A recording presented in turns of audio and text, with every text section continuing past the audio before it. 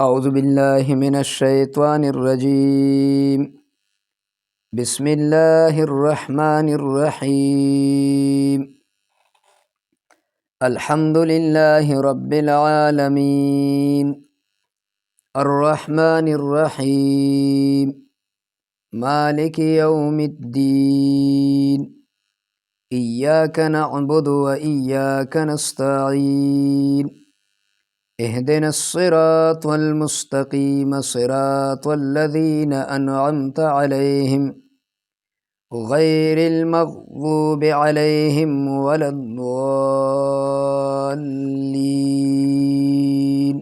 آمین۔ ہمارا آج کا درس سورہ فاتحہ کا زمانہ نزول، سورہ فاتحہ کا مضمون، سورہ فاتحہ کی فضیلت اور اعوذ باللہ کی تفسیر کے حوالے سے ہیں۔ سب سے پہلے سورہ فاتحہ کا زمانہ نزول کیا ہے۔ سورہ فاتحہ رسول اللہ صلی اللہ علیہ وسلم کی نبوت کے بالکل آغاز اور ابتدائی زمانے کی صورت ہے۔ معتبر روایات سے یہ معلوم ہوتا ہے کہ سب سے پہلی جو مکمل صورت رسول اللہ صلی اللہ علیہ وسلم پر نازل ہوئی ہے وہ یہی سورہ فاتحہ ہے۔ اگرچہ سورہ فاتحہ سے پہلے متفرق آیات نازل ہوئی تھیں جو سورہ علق، سورہ مزمل اور سورہ مدثر وغیرہ میں شامل ہیں۔ سورہ فاتحہ کا مضمون کیا ہے؟ سورہ فاتحہ دراصل ایک دعا ہے جو اللہ تعالی نے ہر اس انسان کو سکھائی ہے جو اس کی کتاب کا مطالعہ شروع کر رہا ہو۔ کتاب کی ایک ابتدا میں سورہ فاتحہ کو رکھنے کا مطلب یہ ہے کہ اگر واقعی تم اس کتاب سے فائدہ اٹھانا چاہتے ہو تو سب سے پہلے رب ذوالجلال سے یہ دعا کرو۔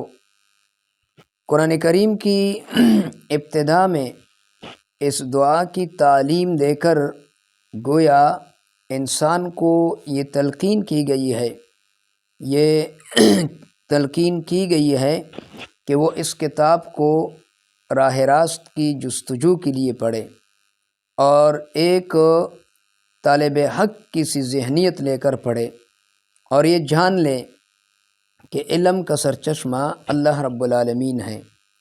اسی لیے اسی سے رہنمائی کی درخواست کر کے پڑھنے کا آغاز کرے۔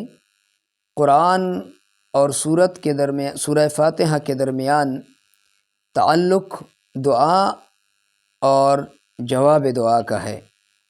سورہ فاتحہ بندی کی طرف سے ایک دعا ہے اور قرآن کریم اللہ رب العالمین کی جانب سے اس کا جواب ہے۔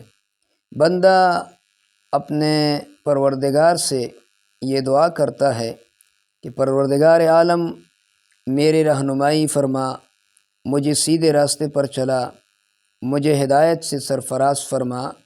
تو اس کے جواب میں اللہ رب العالمین پورا قرآن کریم اس کے سامنے رکھ دیتا ہے کہ یہ وہ ہدایت ہے، یہ وہ رہنمائی ہے اور یہ ہے وہ سیدھا راستہ جس کی درخواست تو نے مجھ سے کی ہے۔ سورہ فاتحہ کی فضیلت۔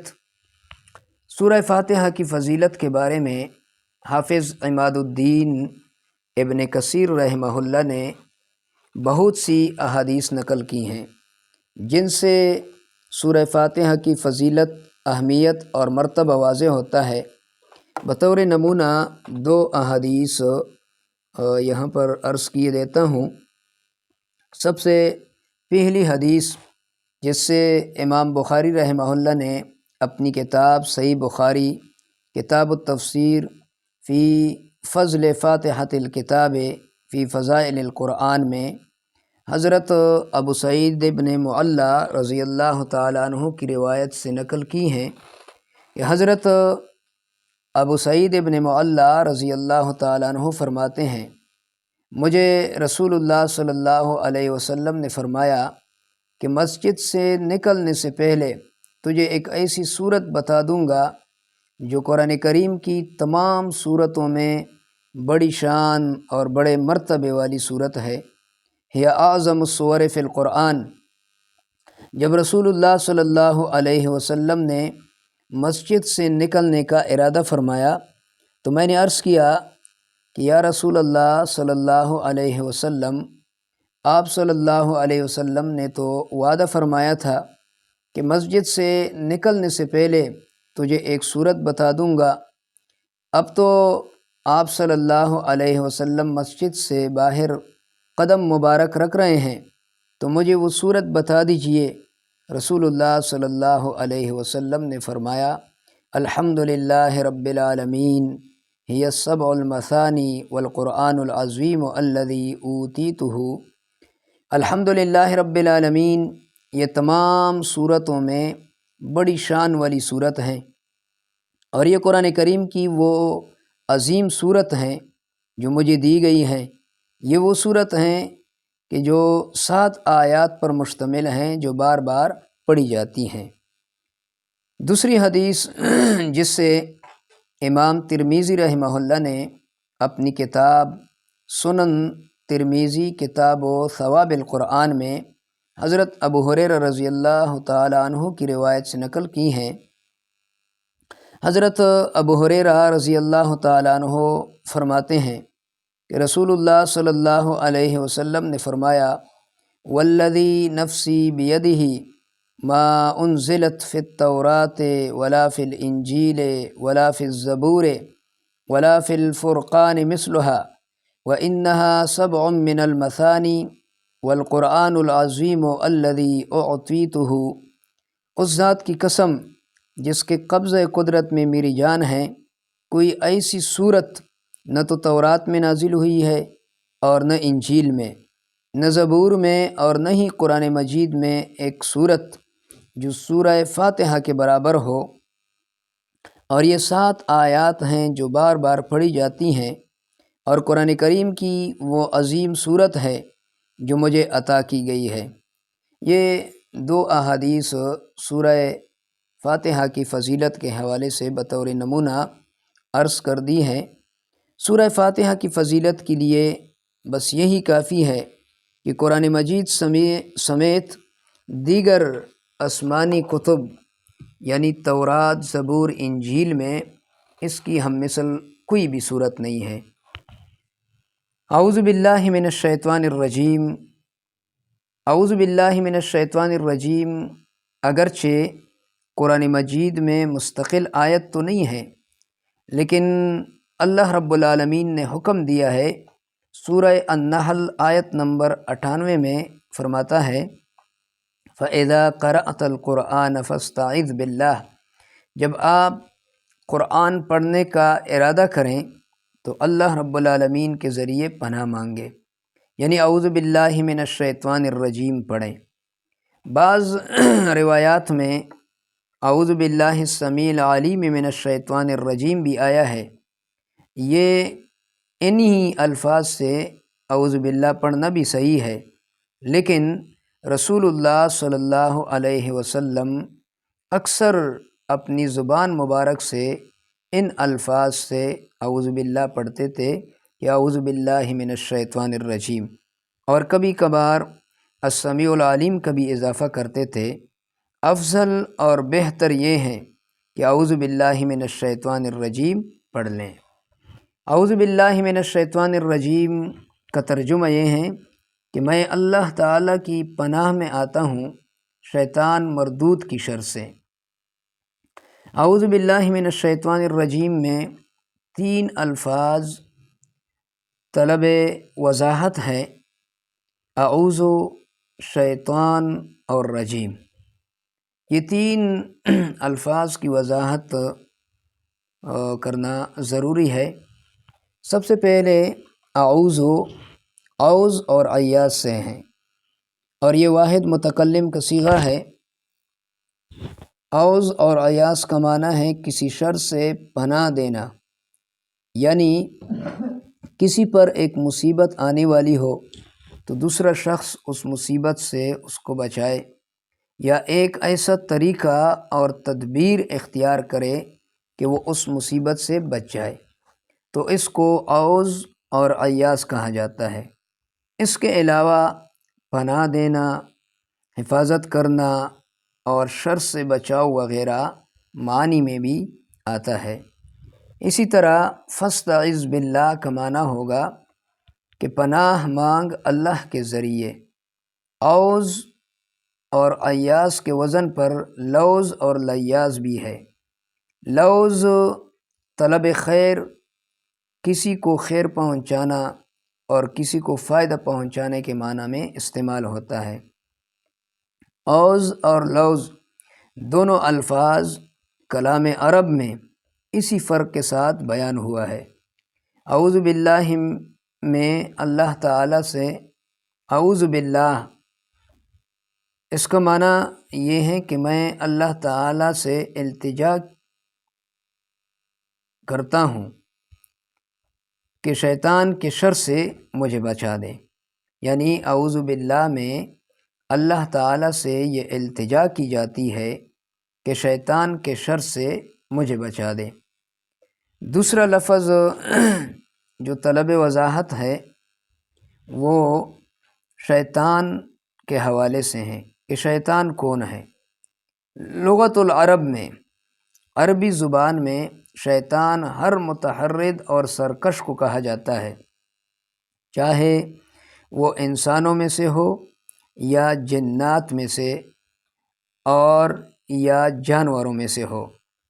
اہل عرب ہر اس جانور کو بھی شیطان کہتے ہیں جو سرکش ہو اور اس پر سواری کرنا مشکل ہو۔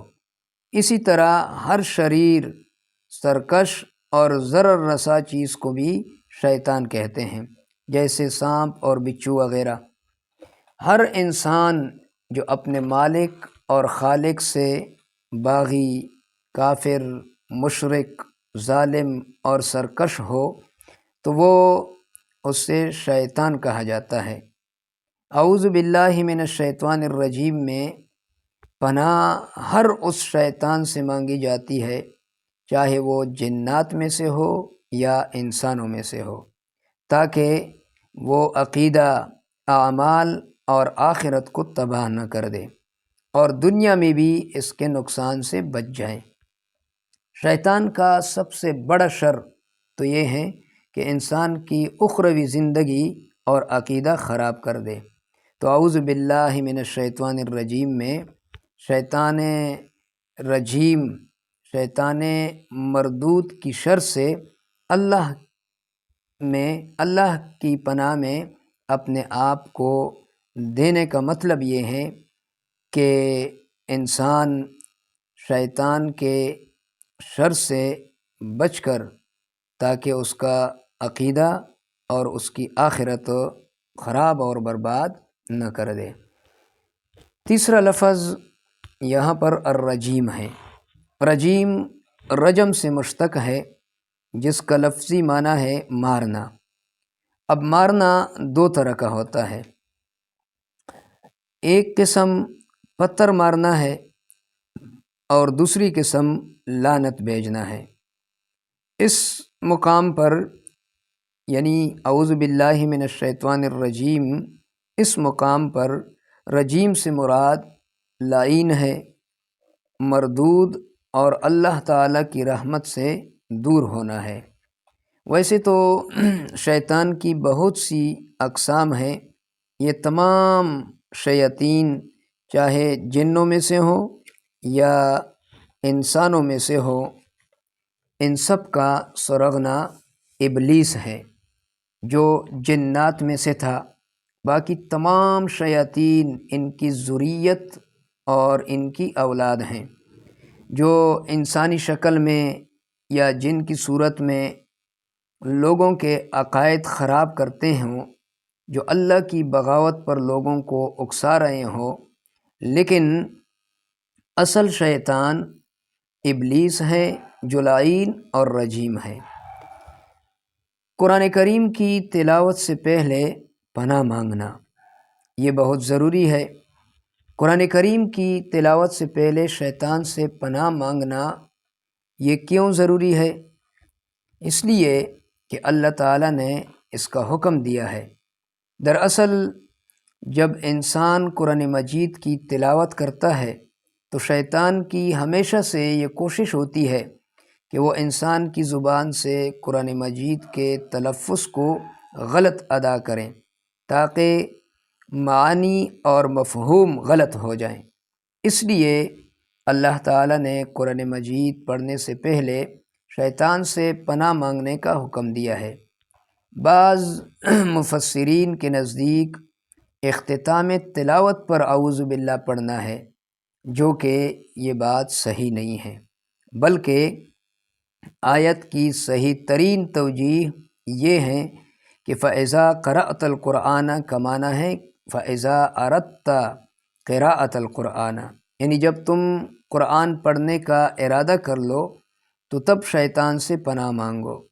بالکل آغاز تلاوت میں اعوذ باللہ پڑھنا چاہیے، اور جن مفسرین نے اختتام تلاوت پر اعوذ باللہ پڑھنے کی رائے قائم کی ہے، یہ رائے درست اور صحیح نہیں ہے۔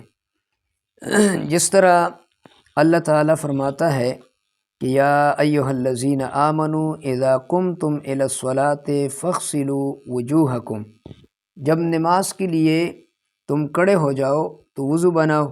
یعنی جب آدمی نماز کے لیے کھڑا ہوتا ہے، یعنی دوران نماز وضو بنانا تو نہیں ہوتا۔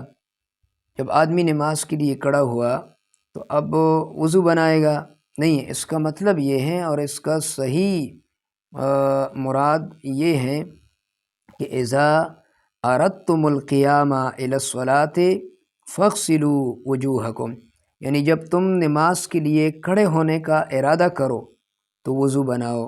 بالکل اسی طرح اعوذ باللہ پڑھنا بھی آغاز تلاوت میں ہے، یعنی جب تم قرآن کریم پڑھنے کا ارادہ کر لو تو سب سے پہلے شیطان کی شر سے اپنے آپ کو اللہ کے پناہ میں دو، یعنی اعوذ باللہ من الشیطان الرجیم پڑھو۔ اعوذ باللہ پڑھنے میں ایک بنیادی عقیدے کی طرف اشارہ ہے کہ کسی قسم کے شر سے بچانے والی صرف اور صرف اللہ رب العالمین کی ذات ہیں۔ اللہ تعالیٰ کے علاوہ کوئی بھی کسی کو شر اور مصیبت سے نہیں بچا سکتا۔ ہمارے معاشرے کی ایک بڑی تعداد آج بھی لا علمی کا شکار ہیں۔ ان پر جب بھی کوئی مصیبت اور آزمائش کی گھڑی آتی ہے تو وہ درباروں، مزاروں اور پیروں کے مزاروں کی طرف رجوع کرتے ہیں، جو سراسر عقیدہ توحید سے انحراف ہیں۔ انسان پر جب بھی کوئی مصیبت آتی ہو تو مصیبت اور شر سے بچنے کے لیے صرف اور صرف اللہ تعالیٰ کو پکارنا چاہیے۔ اگر اللہ تعالیٰ نے چاہا تو مصیبت سے بچا دے گا، اس شر سے بچا دے گا۔ اگر اللہ تعالیٰ نے انسان کو آزمائش اور مصیبت کا سامنا کرنے کا ارادہ کیا ہوا ہو تو دعاؤں کے باوجود بھی ان پر مصیبت آئے گی، البتہ ان کو اس دعا کا ضرور اجر ملے گا۔ جو لوگ مصیبت اور آزمائش کے لمحات میں مزاروں، درباروں کا رخ کرتے ہیں تو وہ شیطان کے راستے کے راہی ہیں، جس کا اللہ تعالیٰ ضرور مواخذہ کرے گا۔ تو اعوذ باللہ من الشیطان الرجیم میں اس بنیادی عقیدے کی طرف بھی اشارہ کیا ہے کہ ہر قسم کی شر سے اور ہر قسم کی مصیبت اور آزمائش کی گھڑیوں میں اللہ رب العالمین کو پکارا جائے اور اللہ رب العالمین سے دعا کی جائے کہ رب ذوالجلال اس شر سے، اس مصیبت اور آزمائش سے مجھے بچائیں، اور اللہ رب العالمین نے اگر ارادہ کیا ہو اور اللہ نے چاہا تو مصیبت سے اور شر سے اور اس آزمائش سے انسان کو بچائے گا جس کا سامنا انسان کو ہوا ہے۔ اللہ رب العالمین ہمیں عمل کرنے کی توفیق عطا فرمائے۔ وآخر الدعوانا ان الحمد للہ رب العالمین۔